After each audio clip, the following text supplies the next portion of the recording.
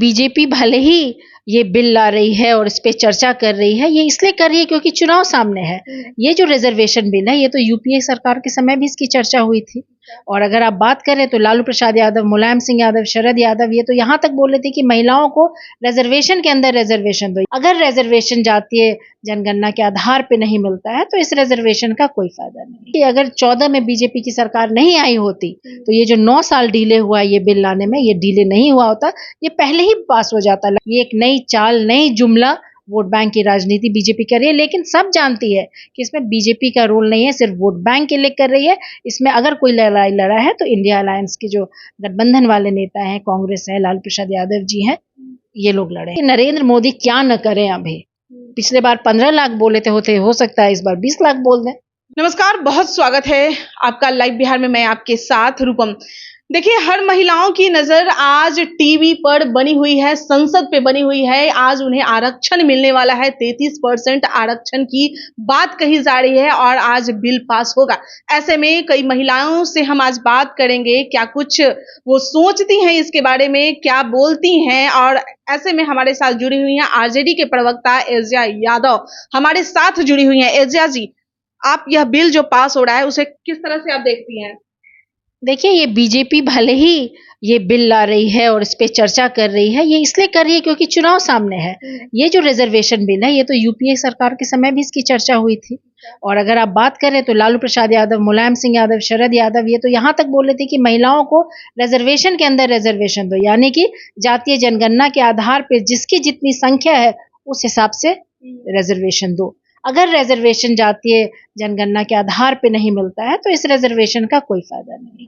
आपका कहने का मतलब है कि जाति के आधार पर यह मिलना चाहिए? बिल्कुल, जिसकी जितनी संख्या हो उतना रिजर्वेशन, उतना सीट उस जाति को मिले। पहले भी तो यह बिल मतलब पास हुआ था 2010 की अगर बात करें तो। देखिए, मैं तो कह रही हूँ ना कि अगर 14 में बीजेपी की सरकार नहीं आई होती तो ये जो 9 साल डिले हुआ ये बिल लाने में, ये डिले नहीं हुआ होता, ये पहले ही पास हो जाता। लगातार इस पे चर्चा हो रही है। और जिस तरह से मैं अभी बताई कि लालू प्रसाद यादव तो इस रिजर्वेशन में महिलाओं को रिजर्वेशन देना चाहते थे, तो ये बिल आधा है, अधूरा है, इससे बहुत फायदा नहीं होगा। ये एक नई चाल, नई जुमला वोट बैंक की राजनीति बीजेपी कर रही है, लेकिन सब जानती है कि इसमें बीजेपी का रोल नहीं है, सिर्फ वोट बैंक के लिए कर रही है। इसमें अगर कोई लड़ाई लड़ा है तो इंडिया अलायंस के जो गठबंधन वाले नेता हैं, कांग्रेस है, लालू प्रसाद यादव जी हैं, ये लोग लड़े हैं। तो फायदा तो हुआ है ना महिलाओं को? फायदा अगर आप देखें, सामाजिक न्याय की बात करें तो जब तक रिजर्वेशन ढंग से नहीं होगा, सामाजिक न्याय जो हमारा संविधान कहता है, कि आपको लगता है मिलेगा? इसमें किस तरह की महिलाएं आएंगी? हर जाति से महिला को आना चाहिए, रोस्टर बनना चाहिए, हर वर्ग की महिला की जितनी संख्या है उतनी भागीदारी होना चाहिए। तभी अगर आप सामाजिक न्याय की बात कीजिएगा तभी सामाजिक न्याय मिलेगा। किस तरह की महिलाएं अभी आएगी उसमें? क्या आप हर जाति, अगर आपको रिजर्वेशन आप दे देते हैं तो हर जाति से महिलाएं आएंगी। आप रिजर्वेशन नहीं देते हैं तो आप देख लीजिए, स्मृति ईरानी है, हेमा मालिनी है, जो ऑलरेडी सक्सेसफुल वुमेन है, उनको लाया जाएगा। अगर आप देखें, हमारे देश में 90 शोषित हैं तो वो 90 शोषित में कितनी सारी महिलाएं आगे आती है, ये ज्यादा इंपॉर्टेंट है। तो रिजर्वेशन अगर महिलाओं को नहीं मिले तो सामाजिक न्याय नहीं होने वाला है। अच्छा, चुनाव पर यह कैसे प्रभाव पड़ेगा? नरेंद्र मोदी इसे कैसे फायदा उठा सकते हैं? बहुत लोग तो कह रहे हैं कि नहीं भी हो सकता है। देखिए, नरेंद्र मोदी क्या न करें अभी। पिछले बार 15 लाख बोले थे, हो सकता है इस बार 20 लाख बोल दें। पिछले बार बोले कि इंडियन करेंसी का रेट वो डॉलर के बराबर कर देंगे, लेकिन और गैप बढ़ गया, पेट्रोल बढ़ गया, तो वो क्या ना करे वोट लेने के लिए। लेकिन उनका कोई फर्क नहीं पड़ने वाला है पब्लिक को, क्योंकि पब्लिक इस जुमलेबाज पार्टी को समझ चुकी है। ये मैनिफेस्टो देते हैं, फिर खुद अपने मुंह से कहते हैं ये तो जुमला था।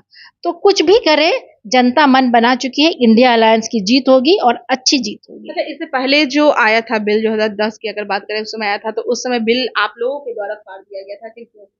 देखिए, उस समय जो बिल आया, हम लोग शुरू से कह रहे हैं कि लालू प्रसाद यादव जी रिजर्वेशन की बात कर रहे हैं, यानी कि जिसकी जितनी संख्या है, उस हिसाब से भागीदारी होनी चाहिए।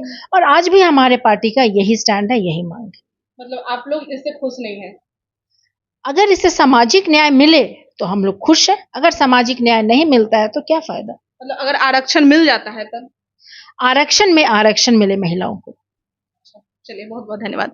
आरक्षण में आरक्षण मिले महिलाओं को, यानी कि इनका कहना है कि सिर्फ महिलाओं को 33% आरक्षण दे देना ही सही नहीं होगा, क्योंकि ऐसे में तो ऐसे लोग जो हैं जो बहुत आगे बढ़ चुके हैं वैसे ही लोगों को आरक्षण मिलेगा, लेकिन उन महिलाओं को कैसे आरक्षण मिलेगा जिसे जो जाति आधारित जो बहुत पीछे वर्ग के हैं उन्हें कैसे आरक्षण मिलेगा। और इसके लिए इनका कहना है कि अगर आरक्षण में आरक्षण मिलता है 33% तो इससे काफी सही रहेगा और ये खुश भी रहेंगे। चलिए, अभी के लिए इतना ही। बने रहें लाइव बिहार के साथ। धन्यवाद।